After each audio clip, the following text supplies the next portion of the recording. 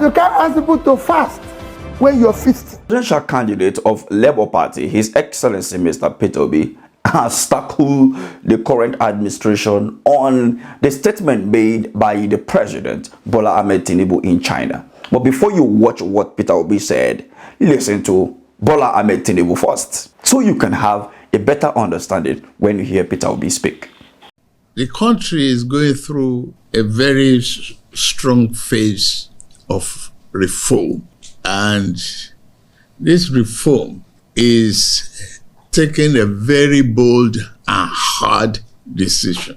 For example, you might be hearing from home now in the last few days about fuel prices. But can we help it? Can we develop? You use their good roads, say, you see electricity being constant. You see water supply being constant and running. What is the critical path to get us there?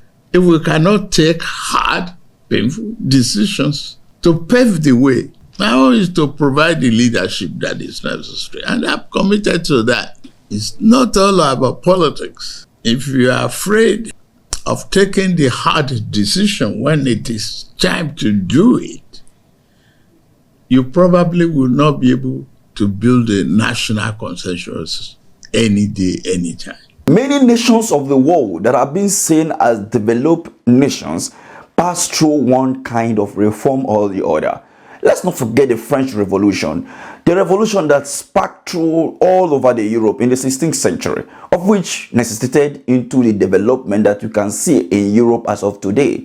Let's leave aside the slave trade that happened some years ago, but that was actually the peak of the development in Europe. But however, the president of Nigeria, just as you heard him, said that the pain that Nigerians are passing through is just like a childbirth pain that parents or a mother pass through while giving birth to a child, and that Nigerians,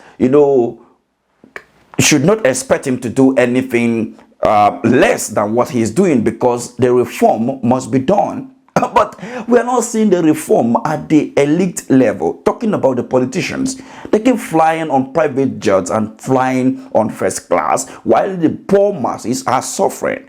Let's look at the private jet that he purchased, but according to rumor, 150 or 60 million in dollars. What about the presidential yacht that was purchased in billions? What about the vehicle that was purchased in hundreds of thousands of dollars?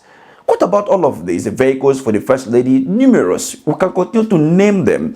But then, the people will continue to tie the bed. But what are the sacrifices that the government of the day is making for the people in order to see that, yes, what you are saying, you are matching it with action? Let's take a listen to what His Excellency Mr. Peter Obi said. The cost of governance and the waste today is criminal and unaccepted. You wake up in the morning, they tell you, we've bought these new cars. The overhead for the entire agricultural ministry is less than 10 billion. By the time you add 160 for new jet, 21 billion for new VP house, 15 billion for Library of National Assembly, 15 billion for their clinic, and all other furnishings, you find out you are charged 250 something billion. 95% of the politicians are the same. Shut down the office of First Lady, because they had more money than some of my ministry. Nobody voted this woman. It's my wife. High food costs, high inflation, and people are saying we're hungry. Where do we put the blame? Squarely on the man who is in charge. Who is the man they declared the winner.